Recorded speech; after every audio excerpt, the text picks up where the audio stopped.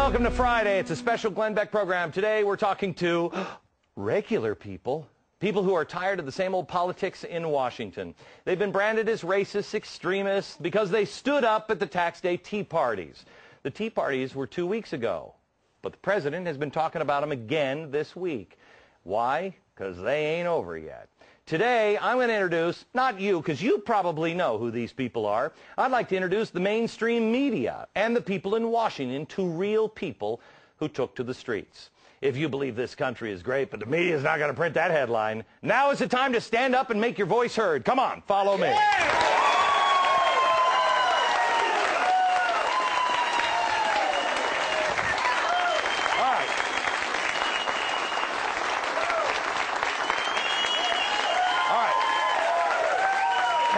America. This could get a little dicey. I was talking to some of these people beforehand, and they've got a lot of stuff they'd like to say. If you're anything like me, you listen to the media and the so-called experts on television, the career politicians, and I sit on my couch at home and I scream at my TV, and blood just shoots right out of my eyes.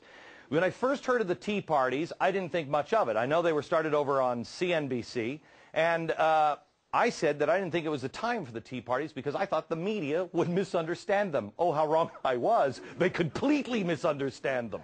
Here's what I said to a radio listener back on my radio show in February. I'm frustrated on the Tea Party only because I think the time for the tax Tea Party, the tax revolt thing, is coming. It's not here. It is only just it was just too narrowly focused yesterday for me, on my part, that I just think the timing is just too early on this. The tax Tea Party thing is it will be much more powerful in several months from now. Yeah, once we actually have to start paying for all of this spending. What the media doesn't understand is, I didn't start this, Fox didn't start this, people started this. It began to grow because that's what people do.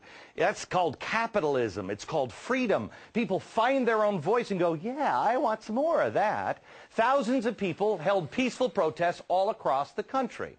Well, it turns out, what a surprise, they were misunderstood. Because the media just doesn't get it. They blame Fox or the Republicans or me or somebody else for the tea parties. They didn't listen because, well, either they have an agenda, or because they're really just blind to what happens off of this island where most of them work. I think that's one of the big problems.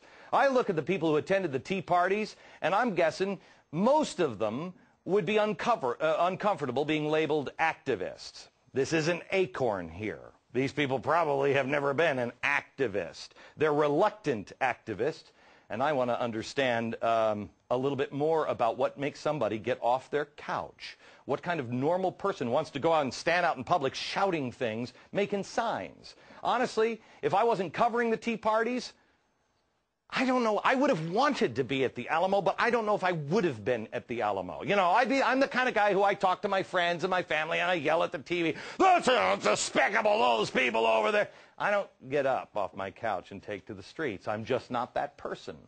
The only thing that could turn me into an activist is seeing my children's future being destroyed. I believe that is why I would get off my couch and would have attended.